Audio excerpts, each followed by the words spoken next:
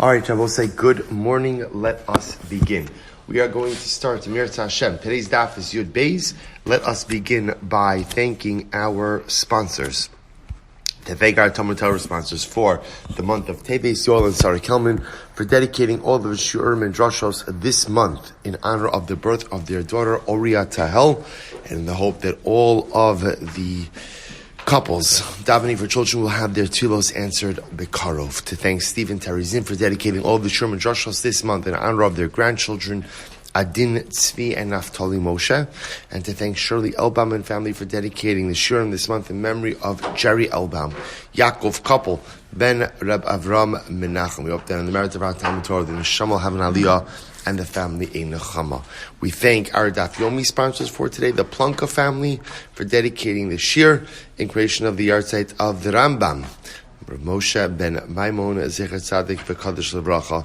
We hope that in the merit of our TALMUD Torah, the Rambam's neshama will have an aliyah. Incredible. Okay, so we'll see with that. Let us begin. We have a beautiful, beautiful daf ahead of us today, a very special daf. Today's daf is, as I mentioned, Yud Beis. We are picking up on the bottom of Yud Aleph Amud Beis, the bottom of 11b. And we are picking up, let's actually begin Omar. So it's 2, 4, 6, 8 lines up from the bottom. So we'll say, so remember again, yesterday, we were focusing on the fascinating Gemara regarding the original mistake of Belshazzar with the calculation of the 70 years of diaspora.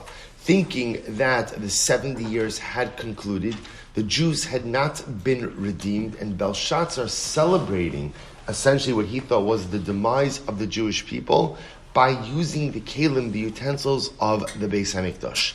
Achashverosh understood the mistake of Belshazzar's calculation and was determined not to repeat that mistake. Amar, Ihu mitatoi, Belshazzar made a mistake.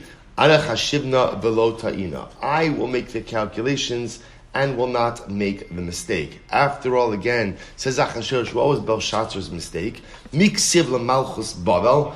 Does it say that the 70 years are counted from the monarchy of Bavel? Rather, again, the 70 years are not counted from the ascension of Nebuchadnezzar to the throne. Remember again, that's when Belshazzar began his calculations of the 70 years from the time that Nebuchadnezzar ascended the throne. Says Achashverosh, that's not what it says. Lib Bavel ksiv. What is Lib Bavel? My Lib Bavel, Legalus Bavel. Rather, Achashverosh said the clock starts from the beginning of Babylonian diaspora. Kama b'tzirin. Ultimately, again, how many years was Belshazzar off? Timni, ultimately 8 years. Timni, so chashev v'ayil chilufayu. So therefore, Achashverosh understood that in fact, Belshazzar had celebrated 8 years prematurely. Therefore, what did he do? So chashev v'ayil chilufayu. So he added another 8 years. Chada de Belshazzar, another year of Belshazzar's reign.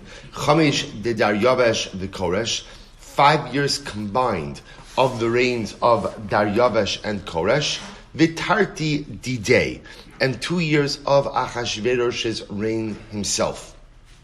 Ha Shivin. That gave Achashverosh the total count, or the total tally of 70 years. Kevan dechazi dimalu, Shivin velo ifruk. Once he went ahead and he saw that the 70 years had elapsed and Klal Yisrael had not been redeemed, Amar hashta vaday su lo mifriki. Then Achashverosh said, oh, you see from here, the Jewish people are not going to be redeemed. 70 years have gone by. He thought, so therefore, what did he do? Same thing as Belshazzar. Apik manei de be'mikdasha v'shtamish behu. He took out the utensils of the Beis HaMikdash and he celebrated. So Achashverosh celebrated in the same way of his predecessor, of Belshazzar, celebrating the demise of the Jewish people by making a grand feast with the utensils of the Beis HaMikdash. So we'll say, so again, just to understand what's the feast that the Gemara is referring to, this is the celebration of in the beginning of the Megillah. Achashverosh's grand party served a variety of different purposes. One of them was to celebrate what he perceived was the demise of the Jewish people, the elapsing of the 70 years. Jewish people have still not been redeemed. That's why, interestingly enough, in the Megillah, there is a minhag when you read the phrase Mikelim Shonim, when speaking about the utensils used in the party, literally again it says Kelim means utensils, Mikelim Shonim, unique utensils. Some have the custom to read that phrase in the tune of Megillah's Eicha. Mikelim Shonim, in the middle of the Megillah. Why? Reference to this Gemara that the utensils used in the party of Achashverosh were none other than the utensils of the Beis Hamikdash. But of course, we're going to see Achashverosh was wrong in his calculations as well. Bas Satan v'riked beinehem. Achashverosh was wrong. Literally, again, the Satan danced at that party. V'harag es Vashti. So it's interesting. The Gemara attributes the death of Vashti to the mistaken calculations of Achashverosh. Something bad always happens when you celebrate the demise of the Jewish people. Right? So Belshazzar died, right? Achashverosh killed his wife. The Gemara says, 1 second. But the truth is, it sounds like Achashverosh's calculations were correct. What's the problem? To which the Gemara says, Ihu nami mitatoi, di baile lemimne micharvos Yerushalayim. Oh, says the Gemara something very interesting. In fact, if you remember again, going back to the beginning of yesterday's daf, or I should say the beginning of Amud Beis of yesterday's daf, the Gemara pointed out something very interesting. The Psukim quote two different ways in which the Navi counts the 70 years. One says L'malchus Bavel, and one says L'charvos Yerushalayim. In fact, interestingly enough, when does the count of the 70 years begin? From the time that Yerushalayim was destroyed. So once again, Achashverosh began counting a little bit early. He started counting it from the beginning of Babylonian exile. But interestingly enough, Babylonian exile actually preceded the destruction of Yerushalayim. How many years off was Achashverosh? Sof Kama B'tzirin. So Chadesar. He was 11 years off. 11 years off. Ihu kama malach. So say, by the way, you could see this, and now the calculation actually works out. Ihu kama malach arbeisar.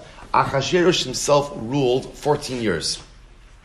Bar beisar didei ibayle lemivne beis hamikdash. So if that's the case, then in reality, if he was off 11 years, then halacha lemaisa in the 14th year of his reign, technically, construction of the Beis Hamikdash should have started. But in fact, remember again, as we mentioned yesterday, construction it's not really started, it's restarted, right? Because it was paused by Achashverosh. It doesn't really restart until the days of his son, Daryavesh. So what's going on?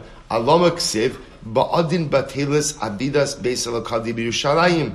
Amarava. So if that's the case, in reality, if Achashverosh was off by 11 years, then the truth is construction of the Beis Hamikdash should have started at the end of Achashverosh's reign.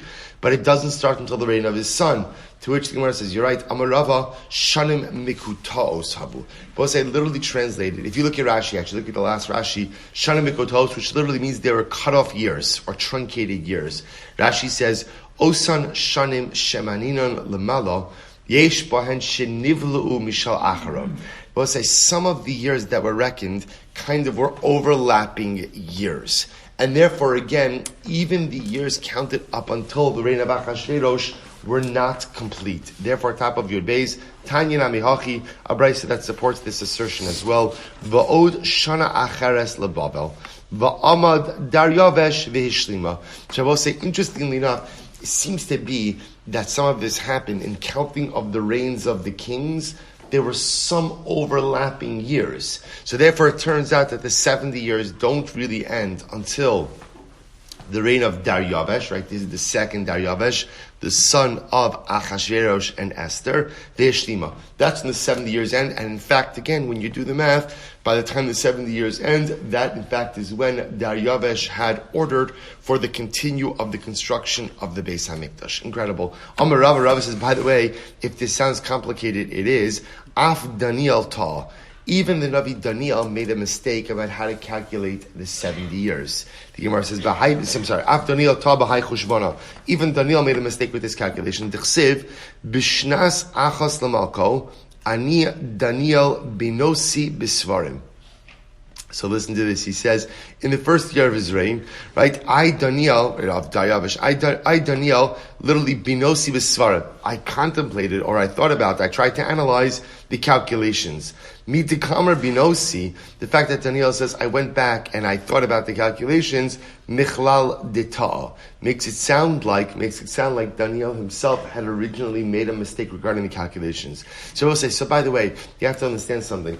By design, the Malbim points this out, by design, the calculations are ambiguous, right? We know it's 70 years, but it's hard to calculate the 70 years. Think about this. Remember, HaKadosh Baruch Hu wants Galus to be a cathartic experience, a tshuva-filled experience. If you know exactly when Geula is going to come, right, then what do? You just wait. You just say you don't have to do anything. The whole point of this was we kind of know when it's going to happen, not exactly when it's going to happen. Everybody's making mistakes about the calculations. In an effort, the ambiguity is what fuels the tshuva process. Mikot makom, kashu kraya adadi. Now I will say, interestingly enough, when you analyze all of this, why is this calculation so confusing? Because the truth is, the psukim seem to give me two different start times for the counting of the 70 years. One pasuk says, Ksiv Melos Bavel. One pasuk says, ultimately again, one pasuk says, from Melos Bavel, that we'll say now, Melos Bavel sounds like from when Bavel rules over the Jewish people, Uksiv Lacharvos Yushalayim, from the destruction of Yerushalayim. So which one is it? See, I will say, remember again, Belshazzar we know was wrong, right? Belshazzar thought Melos Bavel meant when Nebuchadnezzar ascended the throne. So that's clear as wrong. But Melos Bavel sounds like from the time that the Babylonians ruled over the Jewish people. And then another pasuk says, Charvos Yerushalayim, from the time Yerushalayim was destroyed. Which one is it? Babylonian dominion or the destruction of the Beis Hamikdash? To which the Gemara says, Amarava lepekida ba'alma. Lepekida ba'alma. So we'll say, if you look at Rashi is right across. Va'amar lefi melos Bavel shivim shana efkod eschem v'kach haisa shenifkedu b'shana achas l'koresh melech paras shehi shnas ayin aleph l'kibush Yaakov Mishpat. It's supposed to say, interesting enough, the Gemara says as follows. It's really two different dates.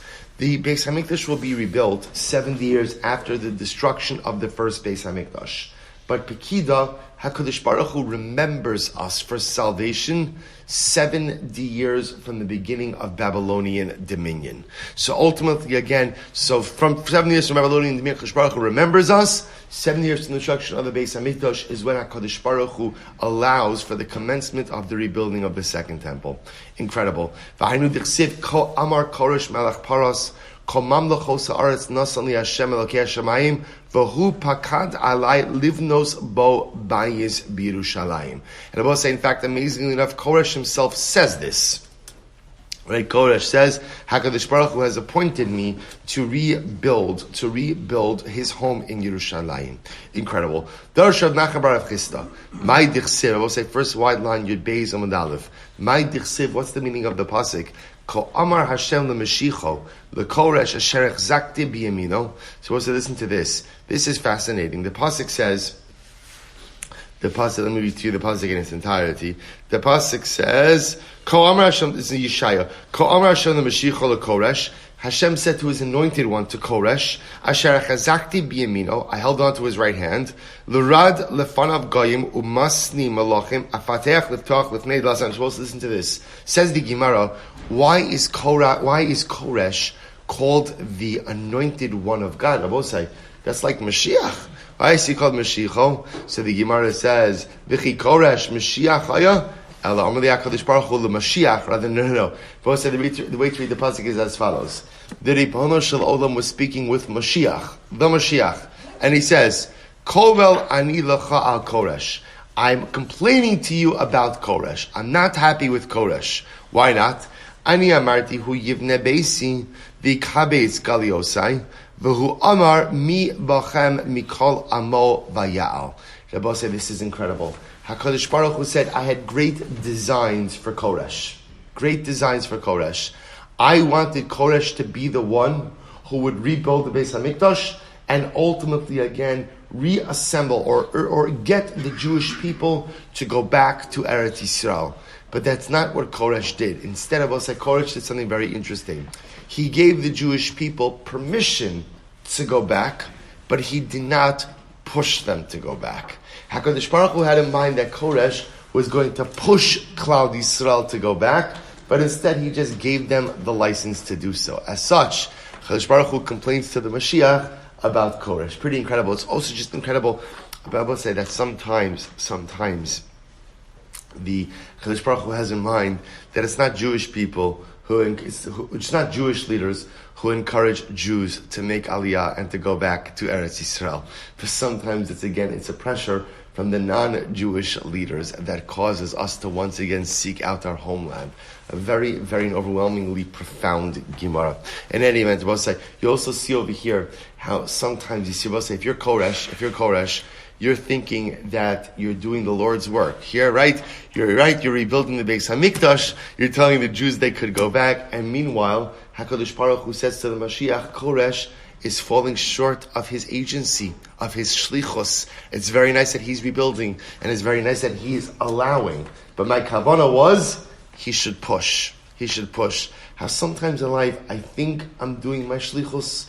Sometimes in life, I think I'm fulfilling my mission. But in reality, HaKadosh Baruch Hu wants more of me. And when do I know I'm fulfilling my shlichus versus when am I supposed to push myself more?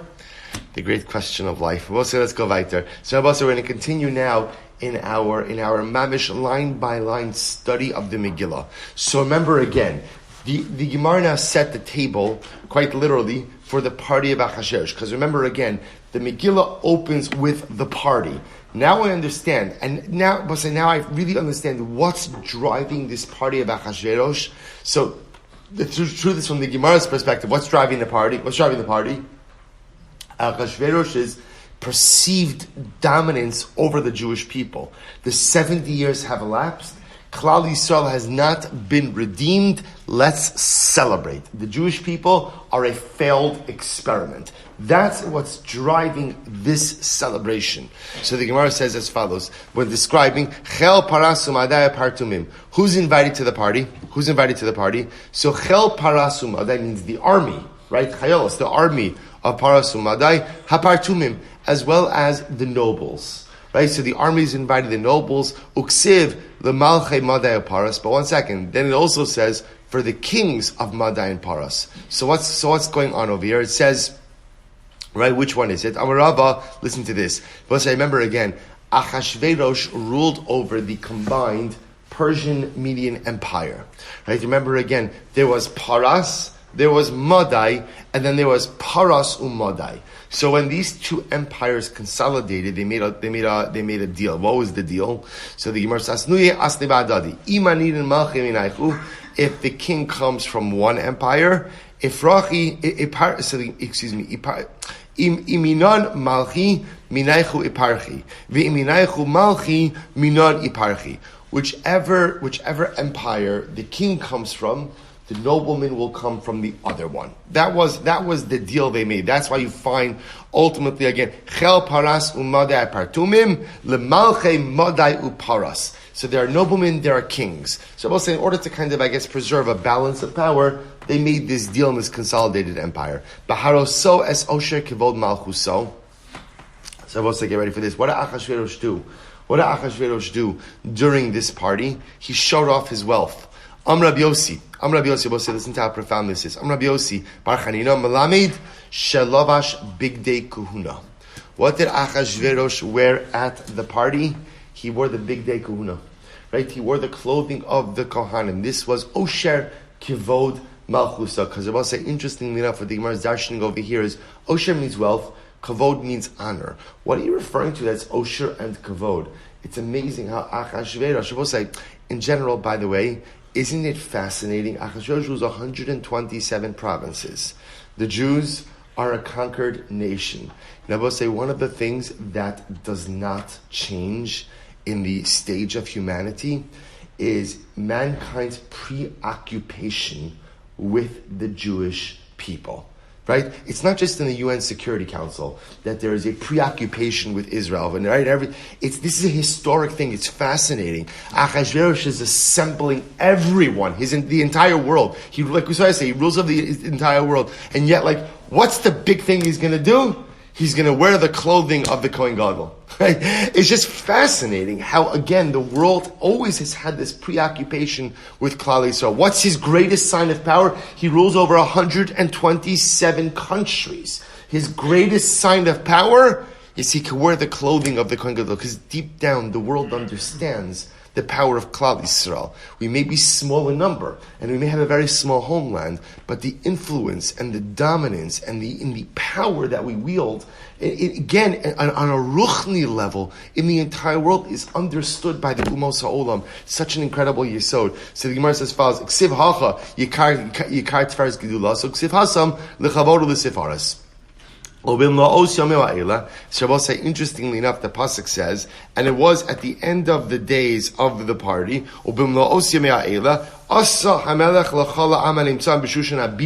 Shabbos say, here's what the king did. This was quite interesting. First, the king Achashverosh made a party for all of the people on the outlying areas. Afterwards, he made a second party, and the second party was just for the residents of Shushan, just for the residents of the capital city of Shushan. So I'm sorry? What did I say?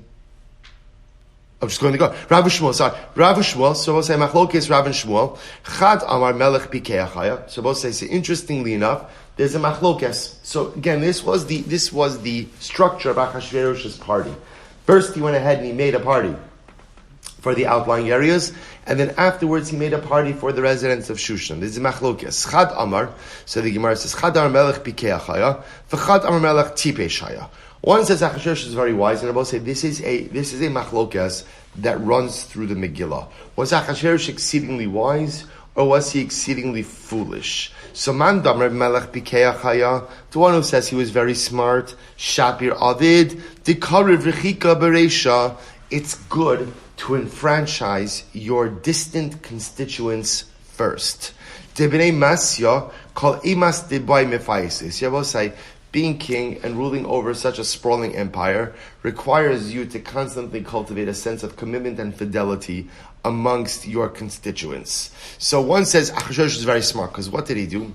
First, he makes a party for the people in the outlying lands, because those are the ones you have to worry about most. You could always cultivate a sense of connection to the people closest to you at any time. So it was a good idea to first make the party for the outlying provinces, and then afterwards for Shushan. Umandar Tipe Shaya, the one who says he was a fool, the Karuve B'nei Masya Bereisha. No. It's always better to make sure that the people around you pledge their allegiance to you, right? Always to make sure that they are committed and trustworthy. Why? Di Mardu Behanach. Because should there ever be a rebellion from the outlying areas, you would be relying on the people closest to you for the first line of defense. So I see interesting machlokes, thinking about this as well. It's actually a very profound, I think, life machlokes as well. We'll say, in the way that a person lives their life, what's the best way to go about life? Should a person be future focused? Right? Should a person kind of be thinking long game? Like, what do I want to accomplish? What do I want to be? Rachok. Right? I'm looking in the distance, and my goal is to try to create a life plan going forward.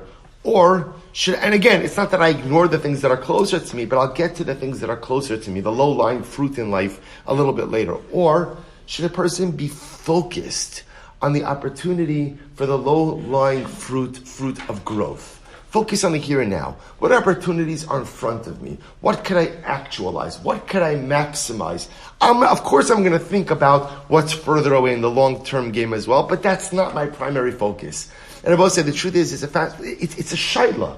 It's a shaila. In other words, who's right in this case, right? Rav or Shmuel. And the truth is not clear, because they're both good approaches. They're both good approaches. And in life also, right, on one hand, to be solely focused on the short game of life and not to think about the long game is probably a little bit short-sighted. To only think about the long game and not think about the short game is equally short-sighted. So life is this incredible synthesis between, on one hand, taking advantage of the low-lying fruit, the opportunities that are in front of me each and every day, the karov, but also at least giving some thought to the rachok. What's my plan? Where am I going? What am I doing? What am I trying to accomplish? Incredible. Shalom Talmud Es Rashbi. So we'll say the students ask the following question. Why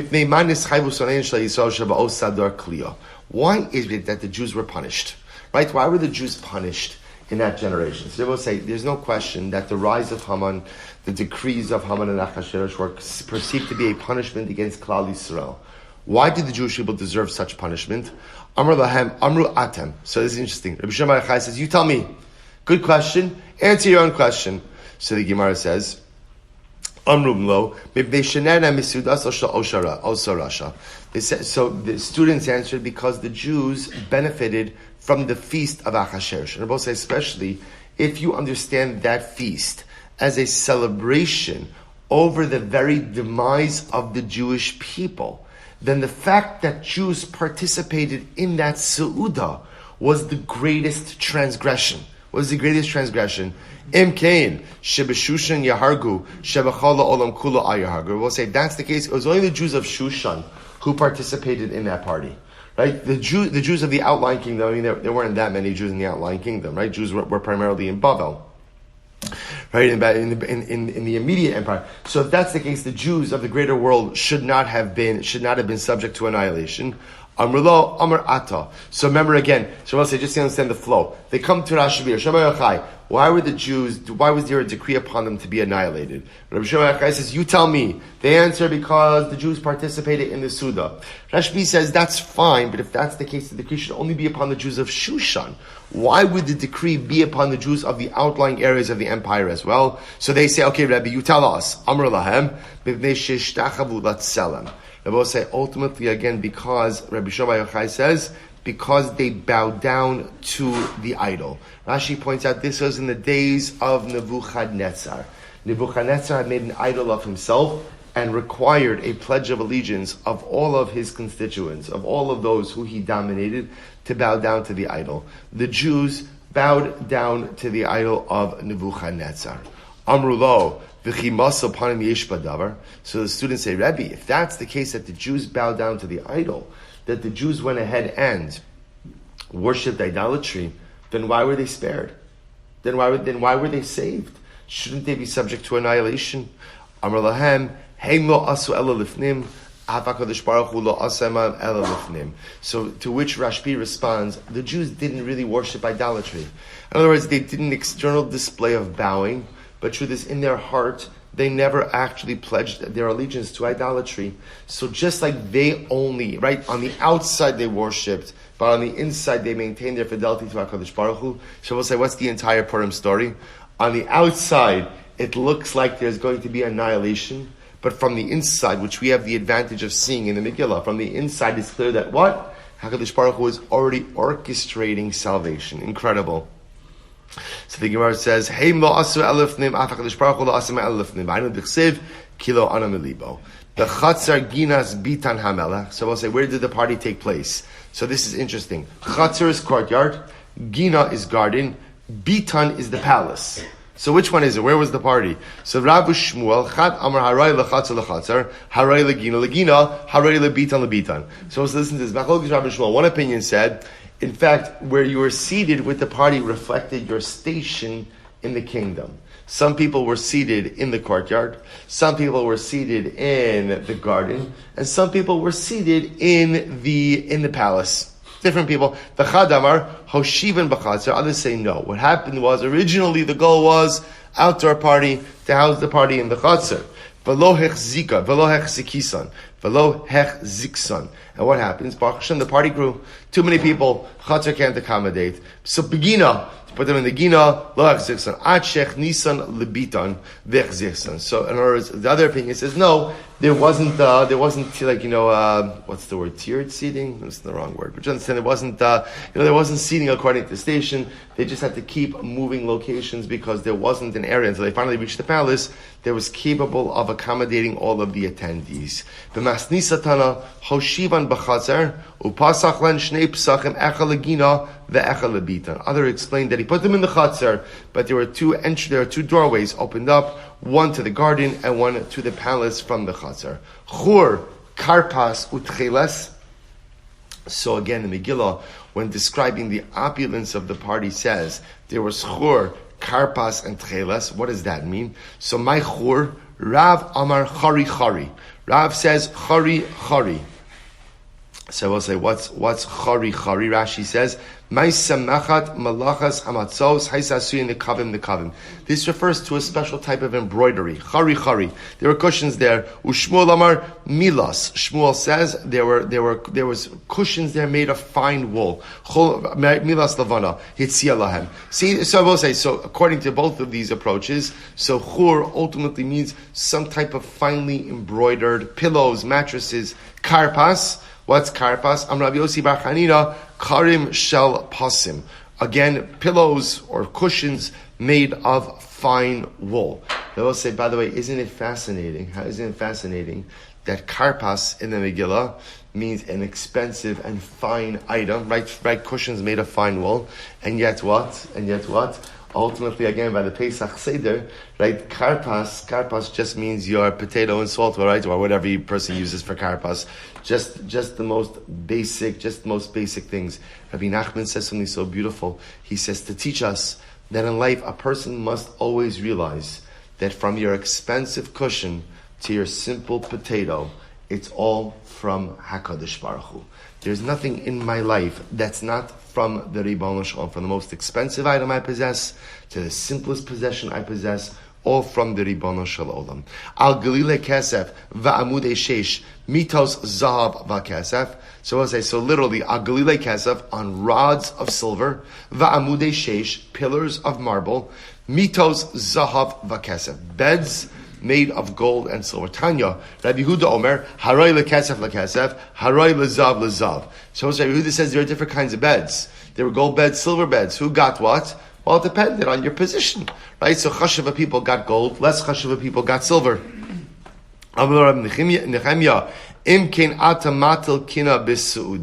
If that's the case, are you not creating animosity? In other words, I will say, the whole point over here for Achashverosh is to create the sense of achdus, right? A union.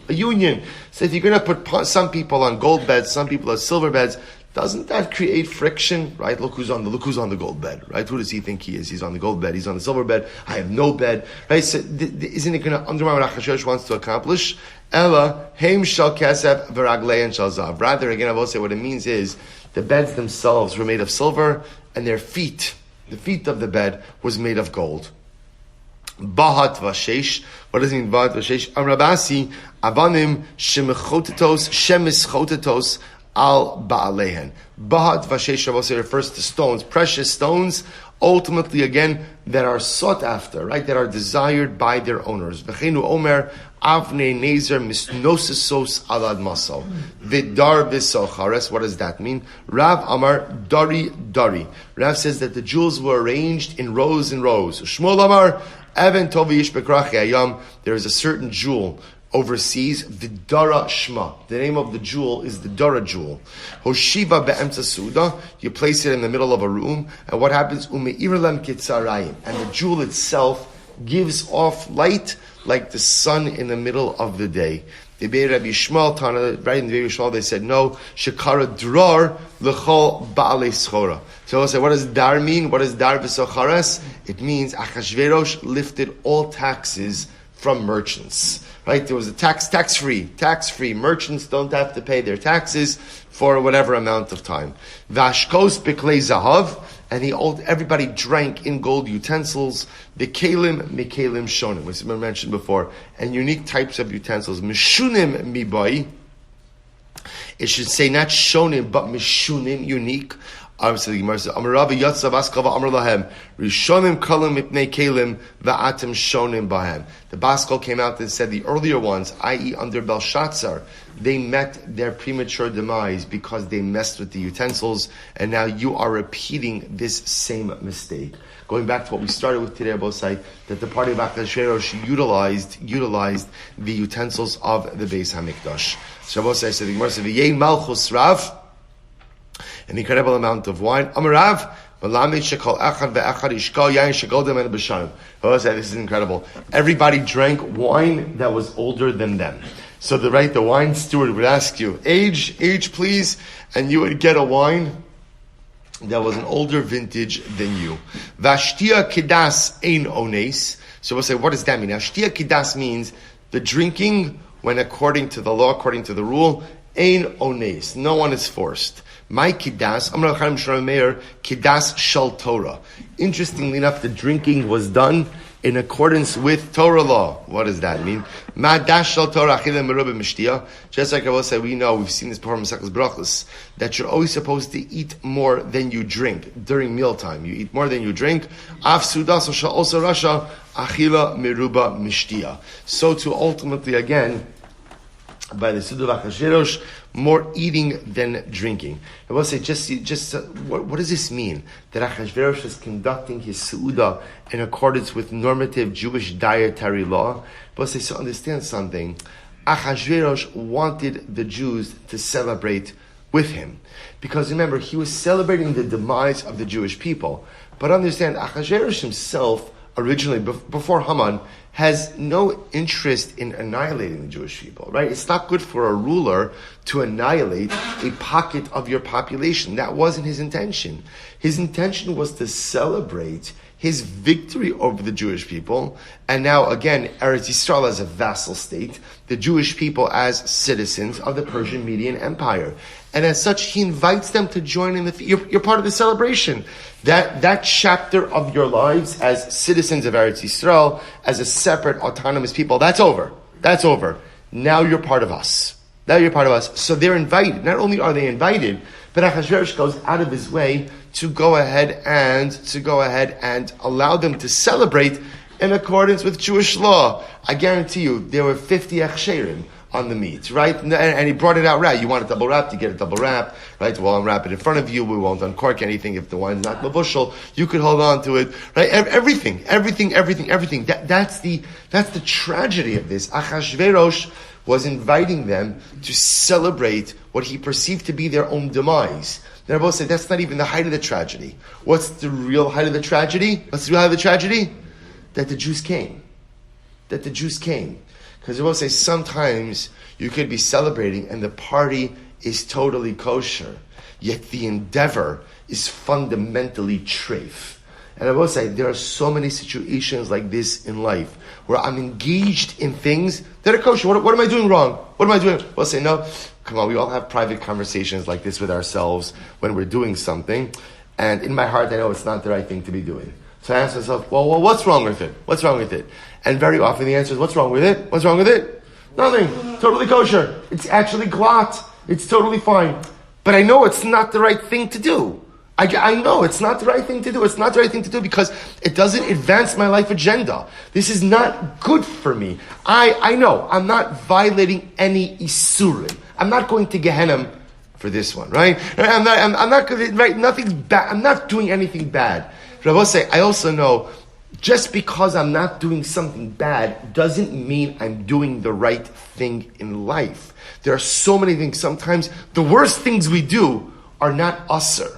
The worst things we do often are the things that don't advance my life agenda. They're just not good for me. They're not proper for me. They're beneath me. They don't help me self-actualize. And that's the story of the Megillah.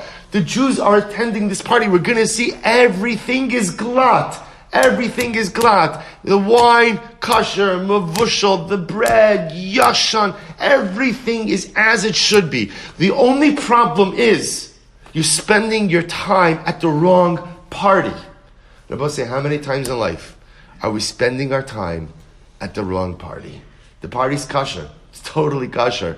It's just not the party I should be at. So the Gemara goes weiter. The Gemara says, Ein oneis, literally, Amar Elazar, Melamid shekol echad ve'echad, heshkeo yain midinaso. But also listen to this, everybody drank the wine of the original country. Right? Because sometimes people aren't used to wine from other places. Everybody got wine from the original country. Lasos kirtzon ish v'ish. Again, to do in accordance with every man's will. Amar Rava, Lasos kirtzon Mordechai v'Haman. Mordechai dichsiv ish Yehudi, Haman ish tsar v'oyev. Rabbi say, we're going to see, by the way, Mordechai and Haman were the two people appointed as like the guys in charge of the Seudah. Right? They were in charge of the Seudos. So Lasos Kirtzon Ish V'ish, Haman decided kind of what was going to be on the menu, what kind of wine for the general population, and Mordechai was in charge ultimately again of the wine and the menu for the Jewish people. I will say, you'll ask, Mordechai HaTzadik, how are you participating in this whole thing? I will say, sometimes life is about mitigating bad circumstances. The Jews are going to this party.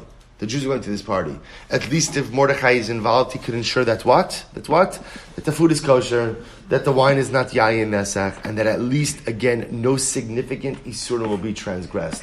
Because sometimes people are just going to go to the wrong party no matter what you do.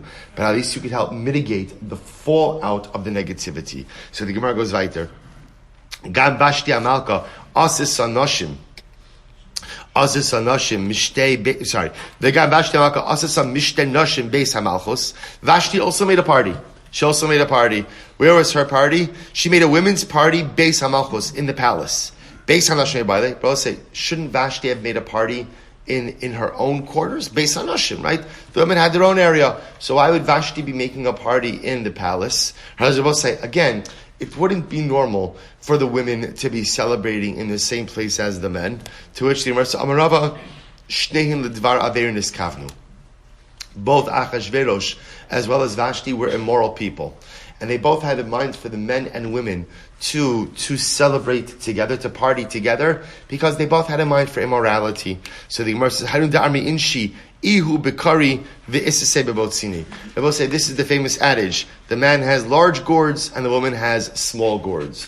Another one of these expressions that works much better in the Aramaic. The idea being, right, the man might have larger gourds, the woman might have smaller gourds, but everybody's interested in gourds, right? So the idea is everybody in this story is immoral. Achashverosh is immoral, Vashti is immoral, which I both say there's so much to say about each of these things as well. But the idea being over here, don't think for a moment there were any innocent intentions by any of these parties. Vashti purposely has her women's party at the same place as the men's party. Everybody having in mind for immorality. Rabbi says, great Gemara. It was on the seventh day of the party. And the king was, the king's heart was glad with wine, which means what? He was drunk. Amar, ad hashtu lotav libe bechamra?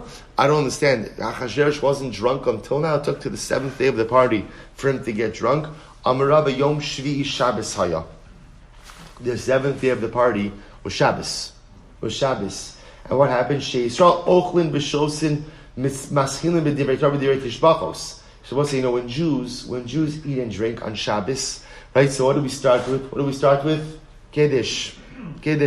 Shalom aleichem malachi hasharis. How does a Jew begin a Seudah? A Jew begins Seudah malachi hasharis. Thank you for joining me. A Jew begins a Seudah with Kiddush. That's how we start. We start material and physical endeavors with a sprinkling of spirituality or a healthy dose of spirituality. That's how we start. Aval ovdei kochavim. But again, the Gentile nations, she'ochlin b'shosin, ein maschilin ela b'divrei tefilos. They only begin, again I will say, divrei tefilos means light-headed things, unimportant things. And it's actually more severe. I will say that's how it happened in the Seudah of Achashverosh. How did the Seudah of Achashverosh, what was the conversation at the Seudah of Achashverosh? Halalu omrim medios nos. One group said the women from Madai are the most beautiful women. V'alalu omrim parasios nos. Other groups said no, the Persian women are the most beautiful women. Achashverosh says you're all wrong. Kli shani mishtamish bo, the utensil that I use. Eino lo Madai v'lo Parsi. She's not from Madai. She's not Persian. Ella kasdi. Right? She's a kasdi. So we'll say first of all, you see just the vulgarity of this. Right? For a man to talk about his wife, the utensil that I use. You have to understand something, by the way. We're not getting into this now just because of time. To really understand the Megillah, I would urge you to learn the Megillah with the parish of the Malbim, because the Malbim highlights over here that what's at the cornerstone of the story of the Megillah is a commoner who becomes king and always feels insecure on the throne. Right? Everyone agrees Achashverosh was not royalty. He was not royalty. There's a machlokas. We saw in yesterday's daf. How did he get it? Did he buy it? Right? Was he just exceptionally skilled? But he was not monarchy. Because he was not royal blood, Achashverosh always exhibits a profound sense of insecurity. The Malbim is incredible. The Malbim says, Achashverosh goes out and moves the capital city to Shushan. The capital city was never in Shushan. He made Shushan the capital city because he wanted to put his stempel on the monarchy. The Malbim explains, why does he do this whole lavish party? So the Malbim explains so beautifully because, interestingly enough, Paras Umadai, the Persian Median Empire, was what we call today contemporarily a constitutional monarchy. Achashverosh wanted to change that from a constitutional monarchy to a dictatorial monarchy. And one of the ways he does that is he privatizes the treasury. How does he show that he privatizes the treasury? He shows off the money as his own. One of the other ways that he solidifies his claim to the throne is he demeans Vashti. Because Vashti is royalty. Right? Vashti is a granddaughter of Nebuchadnezzar. She is a daughter of Belshazzar. She is real monarchy. Achashverosh does not miss an opportunity to demean his wife as a way of building up his own self-esteem. A dynamic that unfortunately happens in too many marriages, but again happens over here because he feels this is the way to solidify his claim to the throne. See, he says, you guys are all wrong. It's not the Persian women, it's not the Median women, it's my wife. She's not Persian, she's not Median, she's a Kasdi, and she is the most beautiful. So listen to this. Amr lo. So the Amr lo. I'm sorry. Amy lo mada parsi el Kasdi. Ritzorchem l'rosa. Do you want to see her? And of course, the men say, sure, Amrulo, in. Obavacha as long as she comes out unclothed. This is the queen. This is the queen. This is the queen. And this is how the king is talking about the queen. And this is the dialogue. Rabbi said, think about this. What do we do on a Shabbos when we drink? What do we do on a Yom Tov when we sing Zmiris? We say Divrei Torah. And the Umos HaOlam, what do they do when they drink? Speak about women. And they demean women. And again, even the king is talking about his own wife like this. So the Gemara says, Shebemida sha'ada moded ba, moded din lo. Now I will say, Vashti was getting midah keneged midah. The way in which you conduct yourself is the way in which you are treated. How so malamed? Shaisa Vashti arasha mavia banos Yisrael mafshitan arumos. Vashti used to mistreat the Jewish girls. And what would she do? She would make them unclothed. Va'osim malacha b'Shabbos. Let's say it's bizarre. It's like bizarre. She would make them work unclothed on Shabbos. So she would demean them dafka on Shabbos. Therefore, again, Hainu dichsiv achar hadvarim ha'ila kisho chamas hamalach Achashverosh zachar es Vashti ve'is asher asasa ve'is asher nigzar aleha kishim shasasa, just like Vashti conducted herself. Kach nigzar. So we'll say, listen to the midah kineged midah. Vashti demeaned the Jewish women by making them work unclothed on Shabbos. She is called to appear unclothed before Achashverosh and his men's party on Shabbos. Vatima'ein hamalka Vashti. Vashti refused to appear, so Achashverosh sends ultimately a message to Vashti, come and appear before the men's party unclothed. Vashti refuses. Well, I just also point out, the Bible points something amazing. Every time Vashti is talking, the Megillah calls her Hamalka Vashti. Every time Achashverosh refers to Vashti, it's always Vashti Hamalka. And the Bible says it's by design. Achashverosh says, you're the queen because of me. Right? You're not a queen. You're a queen because you're married to the king. And Vashti says, oh no, my dear husband. You are the king because you're married to me. I am royalty. So she always refers to herself as Hamalka Vashti. He refers to her as Vashti Hamalka. So here you see, Vatima'ein Hamalka Vashti. The queen Vashti. Who are you? I'm not showing up. Michti, I don't understand. We just said that great Aramaic adage. He has large gourds. She has small gourds, right? So they're all immoral. So what's going on over here? Why isn't she showing up? So the Gemara says, "My tamalo asai, Rabbi Yossi bar Chanina melami sheparcha bot saras." Because Rabbi says she had an outbreak of saras.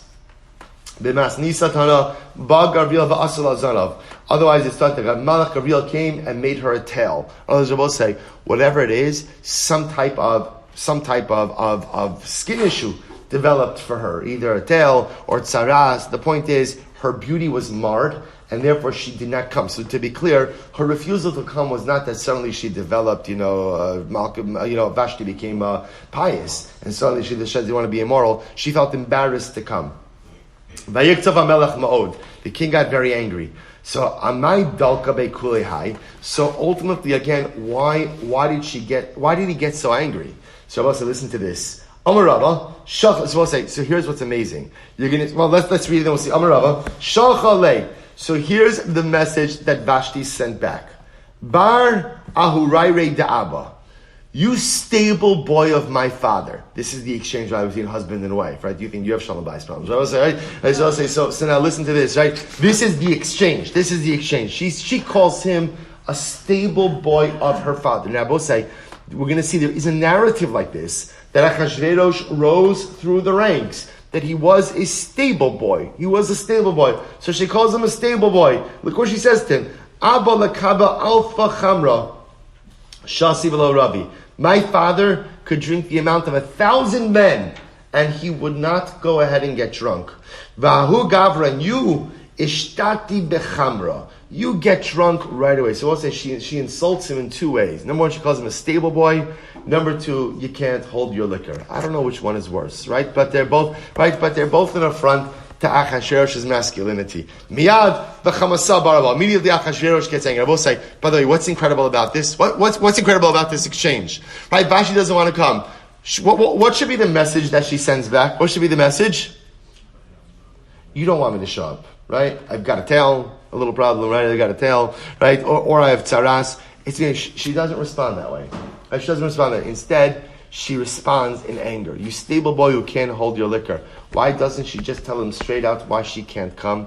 I will say, isn't this a dynamic so many times in relationships that we don't really say what we mean, right? We don't really say what we mean, right? Rather we say something else. And if we just said what we meant, if we just said what the real issue was, if we just spoke about the real things instead of dancing around them, how much better our life relationships would be. Why doesn't Vashti just say she has saras? I don't know. Maybe she's embarrassed. Right? How exactly do you break it to your husband, I have a tail? Right? How do you frame that?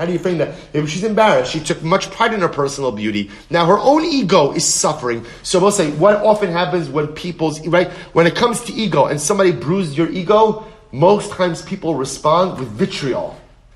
That's what happens. You hurt my ego? I'm going to give it right back to you. Her ego is hurt now. I'll say, but such a yesod, so many times in life in our relationships, we don't say the things that are really bothering us. We don't have the conversations that really need to be had. Instead, we begin talking about a whole host of other things. And then what ends up happening is a brand new dynamic is introduced that often has terribly detrimental effects. Such a relationship yesod. So the king is angry. The king said to his advisors, what should I do? So man chachamim, we'll say this is incredible. Who are the chachamim he consulted? Rabbanon. We'll say his inner circle, apparently, again, of wise men, were the Jews of the Sanhedrin. Yodea itim sheyodin la'aber shana v'lakba chadashim.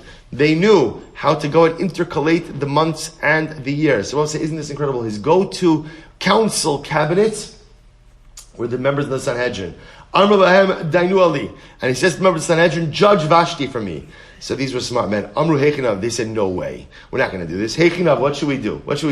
Neimolei katle, if we tell Achashverosh she should kill Vashti, lemakra pasik lechamra, tomorrow the effects of the wine are going to wear off, uboy leminan, and he's going to hold us accountable for ordering her death. Neimolei shafka, if we tell him to do nothing about Vashti, kamazalzal b'malchusa, look, at the end of the day, she publicly embarrassed the king. There's got to be some effect. So therefore, again, the Chachamim feel they're in this terrible bind. Amrulos, they said to Achashverosh, Miyon shechara beis hamikdash v'galinu mi'artzenu, nitla eitzah mimenu ve'ein anu yadun ladun dinei nefashis. So he said, Achashverosh, the truth is, from the time that we were exiled from the Beis Hamikdash was destroyed, by the way, by your predecessor, right? We no longer have the ability to adjudicate capital cases, which I will say, by the way, was actually true, right? Remember again, we saw this Gemara, this is by Second Temple era, Mishrabu Harachtsonin, when murder became prevalent, they left Lishkas Agazis, so said to Achashverosh, we cannot adjudicate this case for you. Zil Lagabe Ammon uMoav, go to the wise men of Ammon and Moab, Tiyasi b'duchtayu, who are situated in their country, kechamra diyasif al durdaye, like wine that sits on its sediment. B'taima amrulay, and ultimately again they'll tell you good logic. Or they said good to Achashverosh. Shanan mam binu arav v'shokei to al shemar v'lahorik mikli al kli ubagola lohalach alkin amad tama bo v'rechalon amad bayas. So it's actually incredible. So the Chachamim said, the Jewish Chacham said to Achashverosh, go to the people of Ammon and Moab, for the truth is they've never experienced galus. They're sitting in their land, in their homeland, like wine that sits on its sediment and is able to soak up its flavor. And because of that, they're able to look at things in a more critical fashion. We'll say, which tells you something amazing. In order to have good judgment, what do you need? Yishav Hadas. A person needs a certain level of inner tranquility and inner peace in order to be able to see things for what they are. This is why I both say we know this. That when a person makes decisions when they're not in a good emotional state, when I make decisions, right, when I feel like I'm not in a good place, those are the worst time to make decisions.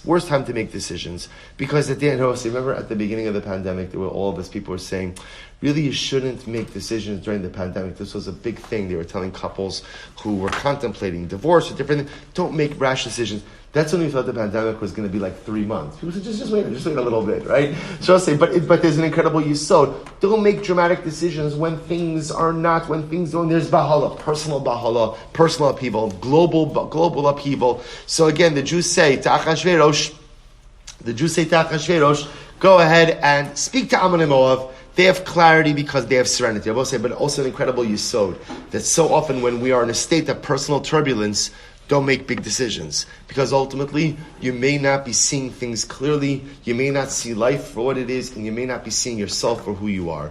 V'akarav elav miyad, v'akarav elav karshana sheisra masa tarshish. Amr Levi, Pasuk is incredible. So then the Pasuk says, and who were the close advisors to Achashverosh? Karshana sheisra masa tarshish. Amr Levi, kal Pasuk zeh al shum karbanos ne'emar. Pasuk is incredible. All of these psukim actually correspond to karbanos. So the Gemara says, what does this mean? What the Gemara says? Karshana Amru Malach Yasharis. The HaKadosh Baruch Hu Rebon Shalom Klum Hikrivu Lefanecha Karim B'nei Shana Kederach Shekrivu Yisrael Lefanecha. So remember again, this episode of Achashverosh trying to figure out what to do with Vashti. Remember again, this is the beginning of the story of salvation. Right? How so? Because remember again, when Achashverosh kills Vashti, he clears the way for who? For Esther Hamalka. So what the Gemara says is as follows, really something absolutely amazing. So the Gemara says, so the Gemara darshans, this pasuk is referring to karbanos. What's happening over here is the Malachim begin to advocate for Klal Yisrael, that Klal Yisrael should be spared. Should be right? Nothing's even happened yet. But the Malachim know what's coming down the pike. Klal Yisrael should be spared in the merit of the karbanos. Now I both say, what's the problem of the Malachim advocating for us in the power of karbanos? What's the problem with that? There are no karbanos. The Beis Hamikdash was destroyed. The both say comes back to something we spoke about a few weeks ago. Even when there are no actual karbanos that are being offered, the karbanos that we say each and every day, Parshas Akiyar, Parshas Hatamid, Parshas Akitores, Ezehu Mekoman, the karbanos that we say save the day. They save the day for Klal Yisrael. So this is what the Malachim are saying. Karshana, Amr Malachim, Yashar Tzvi HaKadosh Baruch Hu, Ribon Shem Klum Mikru Lefanecha, Karim B'nei Shana, Kederach Shekriva Yisrael Lefanecha. The nations of the world, do they go ahead and offer up before you sheep that are a year old, like Klal Yisrael did? Klum Mikru Lefanecha Shtei Torin, right? Ultimately against Shesar. Did the nations of the world ever offer up to you the Shtei Torim, the two pigeons like Klal Yisrael does? Admasa. Nations of the world ever build an earthen mizbeach before you? Tarshish. Nations of the world ever serve before you big day kahuna? Tichsibu Tarshish v'sham v'yishbe meres mirsu badam. Did they ever stir the blood in front of you? Marsina klum mirsu b'menachos. Did they ever stir the mincha in front of you? Memuchan klum echinu shulchan lefanecha. Did they ever go ahead and prepare a shulchan before you? So we'll say, isn't this incredible? So the Gemara understands that Karshana, Shesar, Admasa, Tarshish, all refer to different aspects of sacrificial service. That it is here in this pivotal moment, the Malachim say to HaKadosh Baruch Hu, don't forget about the Jews. Because the Jews serve you like no one else serves you. They take care of you like no one else, or not take care of you. They exhibit a commitment to you through karbanos like no one else does. And each of these words, Karshana, Sheser, Admasa, Tarshish, refer again to different types of karbanos, refer ultimately to the stirring of the blood, stirring of the mincha, refer to the Mizbeach, Ha'adama, the earthen Mizbeach, and refer to the Beidei Kunah. So we'll stop over here for today. We'll pick up in Yahrzeit Hashem with tomorrow, Vayomer Memuchan. We'll say incredible, going line by line in the Gemara. Incredible and overwhelming Gemara. Shkach, everyone.